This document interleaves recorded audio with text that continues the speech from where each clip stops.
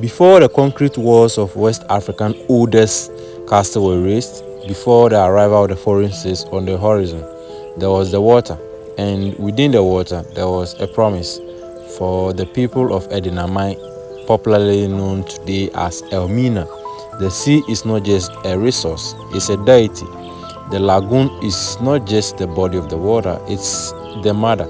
And once a year, when the July rains wash over the earth, a century-old convenience is awakened. This is the story of Bakatue, literally translated from the Fante dialect. It means the opening of the lagoon or the draining of the waters. But to the thousands who gathered here, it is the heartbeat of their survival. It is the bridge between the physical world and the ancestral realm. To understand the spectacle of Bakatue, we must journey back through the mist of time to the late 15th century. Oral tradition tells of a great migrator, Amankwa, who led his people from the distant savanna-based Walata Empire, seeking a place of peace and drinking water. He stumbled upon a small hidden streamlet. Overwhelmed with relief, he exclaimed, "Benya," meaning "I have found." This streamlet would be the river Benya. Legend holds that the self-manifesting deity of the river appeared before Amankwa. For 8 days, man and God communed, including a secret pact. The deity promised continuous protection and boundless harvest of fish for the people of Elmina. In return, the people promised an annual day of rest, thanksgiving, and purification. By the time Europeans achieved bargain documenting the festival, with official Dutch record definitely tracking its grand scale as far back 1847, Bakatue had already been the spiritual bedrock of Edinaman for generations. The road to Bakatue does not begin with celebration. It begins with total reverent silence. 6 weeks before the festival, a strict absolute ban is placed on Benya Lagoon. No fishing net may touch its waters. No heavy drumming may disturb the peace. The lagoon is allowed to rest, to breathe, and to multiply its aquatic life. It is a brilliant indigenous conservation practice wrapped in spiritual law.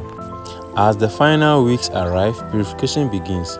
Widows cleanse themselves to step out of the mourning, and the sacred states too are spiritually washed. On Monday night, the town vibrates with anticipation. The silence is about to break. Tuesday, the day of the sea god in Elmina. No fisherman dares cast a net into the ocean on Tuesday. It is the climax of Bakatue. The street becomes a living canvas of royal heritage. The paramount chief and his sub-chief ride high above the crowd in palanquins, moving like waves on the ocean. Ahead of them, a long line of young women carrying decorated wooden stool on their heads, heading the royalty of the hallowed Benya shrine. At the water edge, the physical and spiritual worlds collide. The chief priest invokes Nana Benya. He pours libation, sending prayers into the earth for peace and health and a bountiful season. He feeds the river god with red and white mashed yam, offering the first fruit back to source from which they came. And then comes to the defining moment of the entire year. The atmosphere is thick with tension. The priest stands at the bow, his body twists in a motion passed down through centuries. He casts the net 3 times to officially lift the 6-week ban. The size of the catch in its ceremonial catch is a prophecy. A large haul means the gods have smiled upon Edinaman. It foretells a year of economic abundance, bumper harvest, and safety at sea for every fisherman. With the waters officially open, the solemnity gives way to pure, unadulterated joy. the lagoon turns into an amphitheater of flooding color. This is the famous Bakatue Regatta. Canoes twist and turns, narrowing, avoiding collision with the grace of schooling fish, while the signing of the woman echoes off the ancient stone wall of the city. As day turns to night, Elmina transforms into a massive celebration. Traffic stands still, but commence and unity soul. Bakatue is no longer just an ancient rite, it is a global beacon of culture tourism. A reminder that heritage is not something static in a museum, it is alive, moving, and thriving.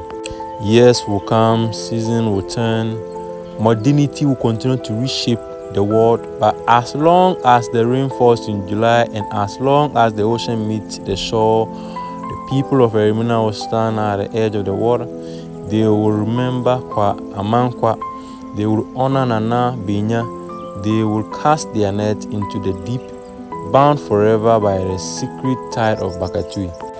The salt air of Elmina carries the heavy scent of fermented corn dough, wood smoke, and fried fish. It is the first Tuesday of July. The ancient coastal town, historically known as Edina, it is completely awake. The streets are a tense, moving sea of people. This is the climax of Edina Bakatue Festival, a celebration centered entirely around the opening of the Benya Lagoon and the spiritual renewal of the Fante people. To understand this place, you have to look past the whitewashed wall of the infamous Elmina castle looming over the coast and look instead towards the water of the lagoon where the town's true soul lives. The documentary of this day begins not with music but with a sudden, expectant silence that falls over the banks of Benya Lagoon. For weeks, a street ban has been placed on the town.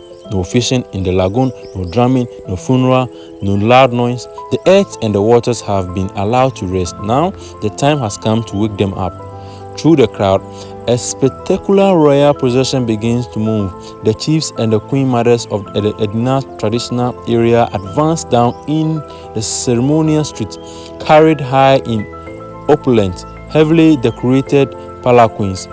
They are draped in magnificence, brightly colored kente cloth, their fingers, their necks adorned with massive, gleaming gold ornaments that catch the afternoon sun. Touring, double-tied umbrellas span over them, creating a rhythmic bombing pattern over the heads of the crowd. But the focus shifts immediately to Omahini, the paramount chief, Nana Kwadwo Kudia V. Unlike the other chiefs greeting with gold, he wears a distinct natural straw that known as the berichu and hold a traditional scepter. He represents the spiritual link to the ancestors. Before him, a countier carries a wooden tray. Inside this tray are the symbolic ills, misfortunes, and the curses of the past years collected from the state to be cast away. The procession halts at the edge of the embankment where the Benya Lagoon meets the sea. The traditional priest and linguist step forward. Libation of locally distilled spirits are poured into the earth. Their words a low murmur of prayers invoking Nana Benya, the ancient river deity, for protection, fertility, and a bumper harvest. The secret meal of washed yam mixed with red palm oil and boiled eggs is offered directly to the river god. The wooden tray of misfortune is empty, buried into the waters, cleansing the town of its grief. Then comes the defining moment of Bakatue, the royal opening of the lagoon. The Omahini stands at the water edge, holding a massive secret fishing net. The crowd holds its breath with a powerful practice sweep of his arm. He casts the net into the still water of the lagoon. He pulls it back and casts it again. Does it 3 times. On the third pull, the net is brought in, and the crowd surge forward to see the catch. The number of fish wriggling in the marsh is a prophecy. A large catch signals a season of wide abundance for the entire fish community. As the fish are revealed, three tendrils musket shot blast into the sky, shattering the weeks of silence. The band is broken. The fishing season is officially open. Instantly, the atmosphere explodes into absolute pandemonium. The deep, heavy thud of from drums and metallic ring of bells burst out from every corner. The water, calm just moments ago, transformed into a chaotic, thrilling arena. Dozens of large, hand-carved canoes, beautifully painted in vibrant colors, flying custom flags, launch into the lagoon. This is the famous regatta.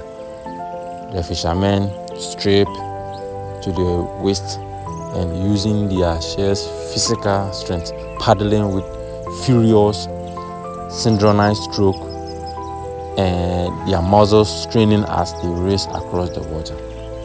In separate canoes, the queen mothers and local women offer a different kind of spectacle, dressed in rich kente and wearing the traditional festive headgear called tekua, which is spelled high and adorned with gold tiaras.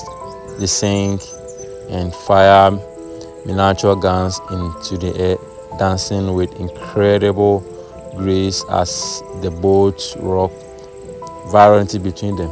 As the sun begins to dip below the horizon, casting a deep orange glow over the Atlantic, the energy shifts into the streets and homes.